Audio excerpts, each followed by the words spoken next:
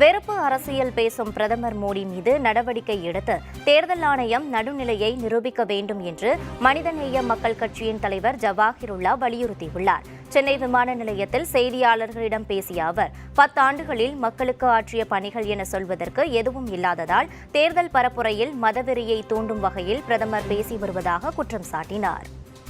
இந்த நாட்டை வளர்ச்சியின் பாதைக்கு அவர் எடுத்துச் செல்லாமல் நாட்டில் பிளவுகளையும் பிரிவினைவாதத்தையும் தூண்டக்கூடிய வகையிலே தான் அவர் செயல்பட்டிருக்கிறார் என்பதை தெளிவாக புரிந்திருக்கிறார்.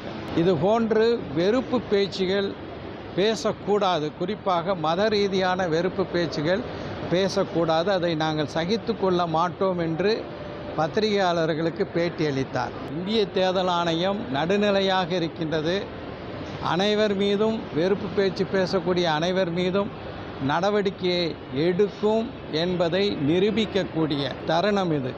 தேர்தல் ஆணையம் தன்னுடைய நடுநிலையை நிலைநாட்டுமா என்பதை நாட்டு மக்களே எதிர்பார்த்து கொண்டிருக்கிறார்.